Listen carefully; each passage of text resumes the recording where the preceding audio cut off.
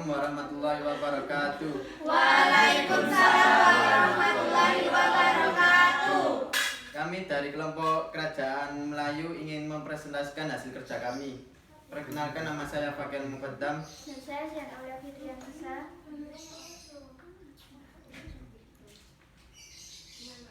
Latar belakang berdirinya. Penemuan artefak seperti tulang, batu, dan sisa makanan penghuni di gua di rantau Asia Tenggara termasuk di Malaysia menunjukkan adanya sebaran kebudayaan pada zaman prasejarah. Menurut Yijing, Melayu yang awal ialah sebuah kerajaan bebas.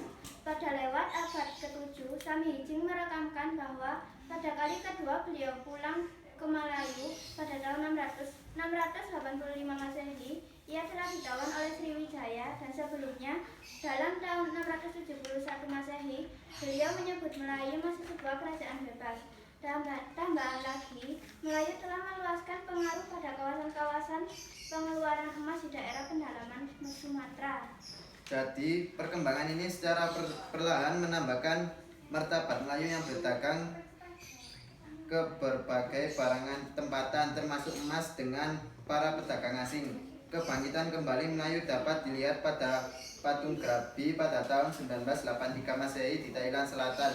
Disebutkan perintah daripada Maharaja Srimat Trailokyaraja Maulibhusana Warmadewa kepada penguasa Gerai yang bernama Mahasenapati Galanai dan pembuat patung bernama Meraten Srinano supaya membuat patung Buddha seberat satu barat 2 tula dengan nilai emas 10 tamlin. Ketika itu Maharaja Srimat Trailokyaraja Maulibhusana Warmadewa merupakan Raja Melayu di Dharmasraya.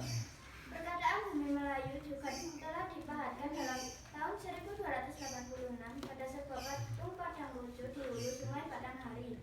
Sebelumnya, dalam Pararaton juga telah disebutkan nama Melayu, yaitu suatu ekspedisi menaklukkan Melayu yang terjadi pada tahun 1275. Menurut Ensiklopedia Malaysia, tulisan India silam dalam Ramayana dan Wayu Purana, perkataan bahasa Sanskrit Malayadhipa secara harfiah Pulau Melayu telah disebutkan yang mana ia merujuk kepada Sumatera. B. Sistem pemerintahan.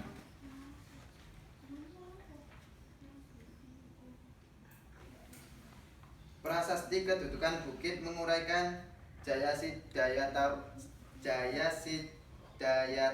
perjalanan Jaya dari penguasa kerajaan Sriwijaya yang bergelar Dapunta Hyang yang dipertuan Hyang. Oleh karena Dapunta Hyang membawa puluhan ribu tentara lengkap dengan perbekalan, sudah tentu perjalanan itu adalah ekspedisi militer menaklukkan suatu daerah. Dari prasasti kedudukan bukit didapatkan data-data 1. Dapunta Hyang naik perahu tanggal 11 Waisak 604 23 April 682 Masehi.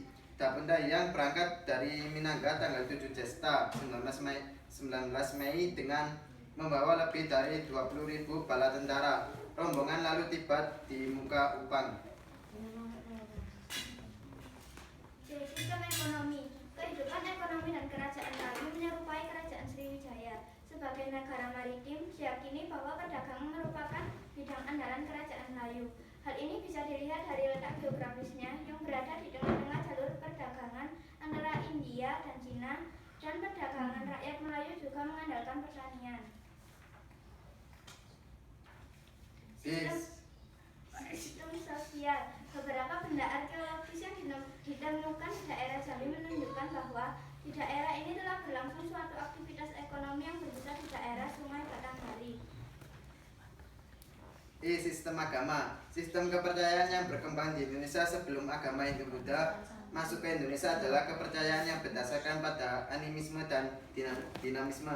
Agama Hindu dan Buddha yang berkembang di Indonesia sudah mengalami perpaduan dengan yang berkembang di Indonesia berbeda dengan agama Hindu Buddha yang dianut oleh masyarakat India. F. Peninggalan budaya. A. Prasasti Mas Jusri. pada prasasti di atas Arca Manjusri dari Candi Jago disebutkan bahwa pada tahun 1343 Masehi, Aditya Waman bersama-sama dengan Gajah Mada menaklukkan Bali. Yang kedua ada prasasti Amogapasa. Menurut prasasti Amogapasa yang dikeluarkan oleh Raja Kertanegara pada tahun 1286 atau 1208 Saka yang ditemukan di daerah Dharmasraya atau Jambi, pada abad ke-13 pusat kekuasaan Melayu berada di Dharmasraya. Yang ketiga ada prasasti Padangbojo. Prasasti Padangbojo adalah sebuah prasasti yang ditemukan di kompleks percandian Padangbojo, Nagari Sigundur, Kecamatan Sitiung, Kabupaten Dharmasraya, Sumatera Barat. Pada tahun 1911 dari Padangbojo ditemukan sebuah alas arca Amogapasa yang pada tempat sisinya terdapat prasasti.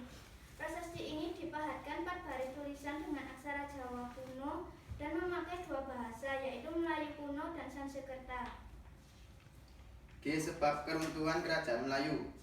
A. Faktor politis. Kedudukan kerajaan ini makin terdesak karena munculnya kerajaan-kerajaan besar yang juga memiliki kepentingan dalam bidang perdagangan, seperti Kerajaan Siam di sebelah utara yang menguasai daerah-daerah di Semenanjung Malaka termasuk Tanah Genting KRA, dan Kerajaan Singosari di daerah timur yang dipimpin oleh Raja Kartanegara dengan mengirim ekspedisi ke arah barat, ekspedisi Pamalayu yang mengadakan pendudukan terhadap Kerajaan Melayu, Pahang, dan Kalimantan sehingga mengakibatkan kedudukan Sriwijaya makin terdesak. B. Faktor ekonomi. Aktivitas perdagangan berkurang karena daerah strategis perdagangan yang dikuasai Sriwijaya jatuh ke kekuasaan raja-raja di sekitarnya, sehingga sejak akhir abad ke-13 Sriwijaya menjadi kerajaan kecil dan wilayahnya terbatas pada daerah Palembang. Kesimpulan, Kerajaan Melayu merupakan sebuah nama kerajaan yang berada di Pulau Sumatera. Dari bukti dan keterangan yang disimpulkan dari prasasti dan berita dari Cina, keberadaan kerajaan yang mengalami naik turun ini dapat diketahui dimulai pada abad ke-7 yang berpusat di sekitar Jambi. Kabar mengenai kerajaan ini datang dari seorang musafir Cina yang bernama I Ching. Ia mengunjungi Sumatera pada 671 sampai 695 Masehi. Dalam kunjungannya itu, ia mencatat dalam bukunya bahwa pada abad ke-7 Masehi secara politik kerajaan Melayu telah dimasukkan ke dalam kekuasaan kerajaan Sriwijaya. Ini berarti pada masa itu kerajaan Melayu adalah salah satu kerajaan yang menjadi taklukan kerajaan Sriwijaya. Dari sini ada yang ditanyakan. Saya mau bertanya, Elisa Sofiana, absen 8. Saya mau bertanya, apakah pada sistem ekonomi di dasar Melayu ini bisa termasuk makmur atau tidak? Terima kasih.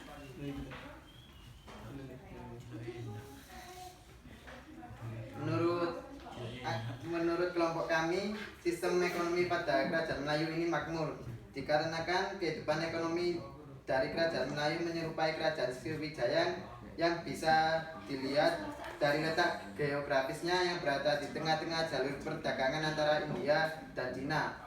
Nah, karena letak kerajaannya berada di tengah-tengah jalur perdagangan ini, mereka bisa memenuhi kebutuhan juga dari adanya jalur perdagangan ini. Oh ya, terima kasih. Ini ada yang mau ditanyakan lagi? Tidak. Kalau begitu saya tutup. Sekian dari kelompok kami. Wassalamualaikum warahmatullahi wabarakatuh. Waalaikumsalam.